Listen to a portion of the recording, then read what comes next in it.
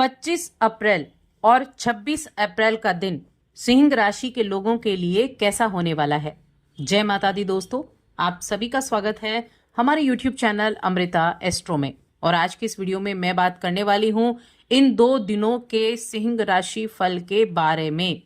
ये 2 दिन आपके लिए कैसे रहेंगे, इन 2 दिनों में ग्रहों की स्थिति क्या है, नक्षत्र क्या है, योग क्या बनने वाले हैं, कैसे वो आपकी दिनचर्या को प्रभावित कर पाएंगे और क्या आप उपाय कर सकते हैं। तो ये सारी जानकारी आपको विस्तार से मिलने वाली है। तो सबसे पहले मैं ग्रहों की स्थिति, नक्षत्र और योग के बारे में और राहु काल का समय, इसके बारे में बात करूंगी।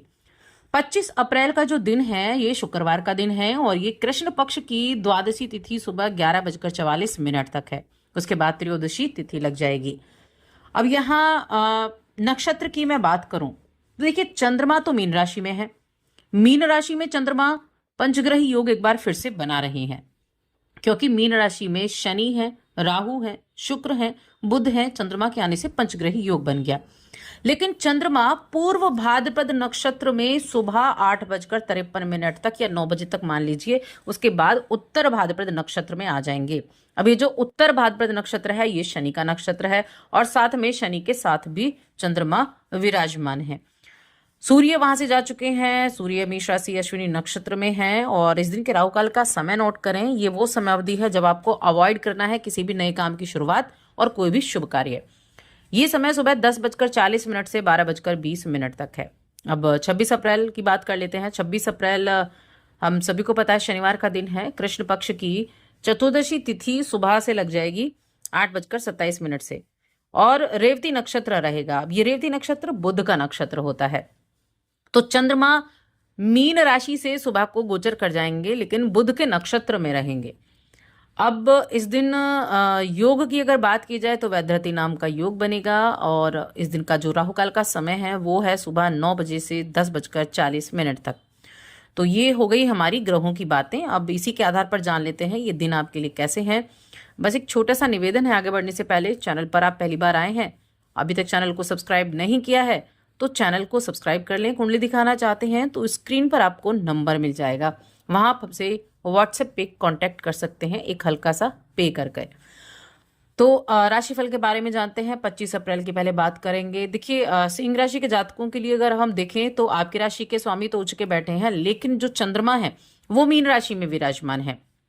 मीन राशि यानी आपका अष्टम भाव, जहां पर पंचग्रह योग बना रहे हैं। वैसे तो अष्टम भाव में चंद्रमा जो है कालपुरुष कुंडली में नीच के होते हैं। अब ये हाँ शनि के साथ बैठे हैं, राहु के साथ बैठे हैं, शनि के नक्षत्र में भी विराजमान हैं। तो हेल्थ देखा जाए तो देखिए आप मैं कहूंगी थोड़ा मेंटली इशू हो सकते हैं, थोड़ा सोच विचार ज्यादा हो सकता है, चीजों के बारे में ज्यादा सोच सकते हैं। लेकिन अगर मैं फिजिकल हेल्थ की बात करूं तो दिनचर्या तो बहुत व्यस्त रहने वाली है, लेकिन उसके बावजूद हेल्थ आपकी ठीक रहेगी। यानी अपने काम पर पूरी तरीके से आप फोकस कर पाएंगे। और कई बार ऐसा होता है कि हम क्या करते हैं कि चीजों को ना हमेशा सच मान लेते हैं। किसी ने कुछ बताया उसको सच मान लिया, किसी ने कुछ कहा उसको सच मान लिया, अपने ऊपर अप्लाई भी कर लिया सेहत को ठीक करने के लिए भी।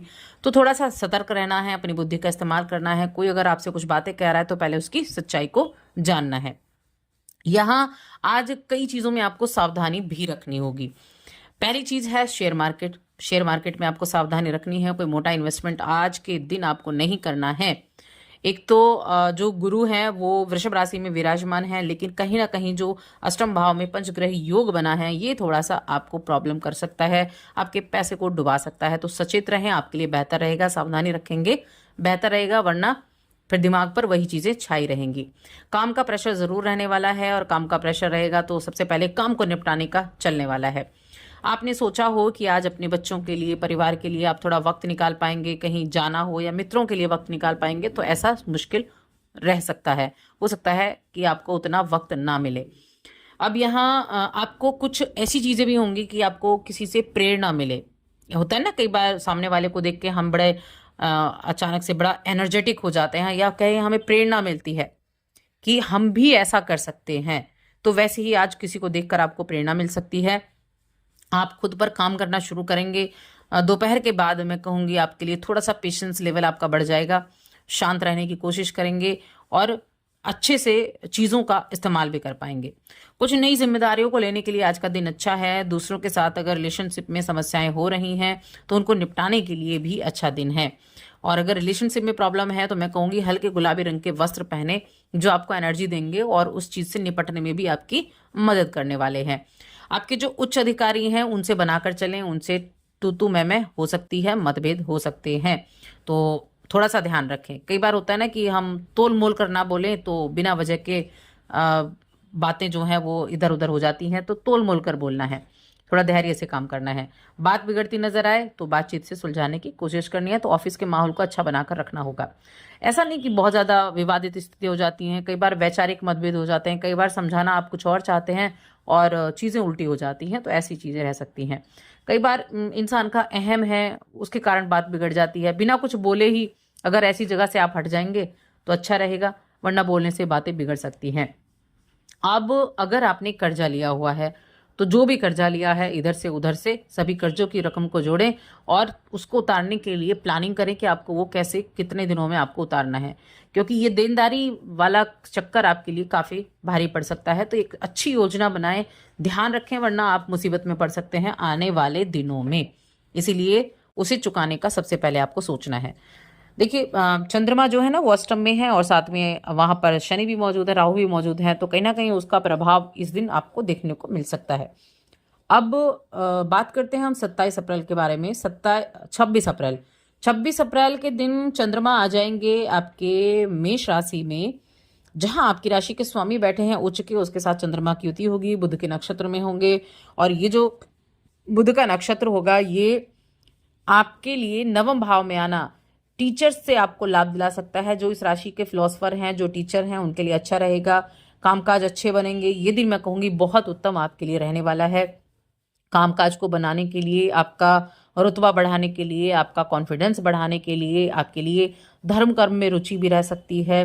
कुछ यात्राएं भी हो सकती हैं। कहीं हो सकता है आप सैटरडे को वीकेंड पे आप इधर उधर कहीं एक आध दिन के लिए आप चले जाएं, एक रात के लिए चले जाएं, डे के लिए चले जाएं, तो ऐसी स्थितियां भी बनती हुई दिखाई दे रही हैं। साथ में कमीशन से जुड़ा हुआ काम करते हैं तो कमीशन से आपको लाभ मिलता हुआ दिखाई दे रहा है। और मीडिया से जुड़ा काम करते हैं तब भी स्थितियां अच्छी बन रही हैं। राजनीतिक फील्ड से भी स्थितियां अच्छी बन रही हैं। शेयर मार्केट में जो है आप बस अपनी नज़रें बनाकर रखें, तो वहाँ आपके लिए जब आप नज़रों को बनाकर रखेंगे तो आगे आने वाले समय में उसके विकल्प आपको मिल सकते हैं। लेकिन हाँ, ये दिन आपके लिए हर मायने में अच्छा रहने वाला है। प्रेम जीवन कहें, वैवाहिक जीवन कहें, उन चीज़ों में मिले जुले असर आपको देखने को मिलने वाले हैं दोनों ही दिनों में। बिजनेस में अगर देखा जाए तो दोनों दिन जो हैं वो मिले जुले प्रभाव देने वाले रहेंगे। लेकिन बाकी चीज़ों में ये दिन आपके लिए ज़्यादा सुटेबल दिख रहा है, ज़्यादा अच्छा दिख रहा है कामकाज के लिहाज से। और साथ में अगर आपकी दैनिक आय है तो दैनिक आय को बढ़ाने के लिए भी ये दिन काफ़ी उत्तम रहने वाला है। अब उपाय की बात कर लेते हैं। तो देखिए 25 अप्रैल को आप एक कार्य करें, या तो आप दूध या मिश्री ये आप धर्म स्थान में देकर आए। जीवन में खुशियां आएंगी, परिवार में खुशियां आएंगी। और जो 26 अप्रैल का दिन है, इस दिन आप अगर आपको कहीं रास्ते में किन्नर मिले तो उसको आप कुछ दे सकते हैं, या फिर आप गाय को चारा खिला सकते हैं। गाय को एक रोटी में थोड़ा सा गुड़ रख के वो आप खिला सकते हैं। तो ये उपाय करें और साथ ही चैनल को सब्सक्राइब कर लें।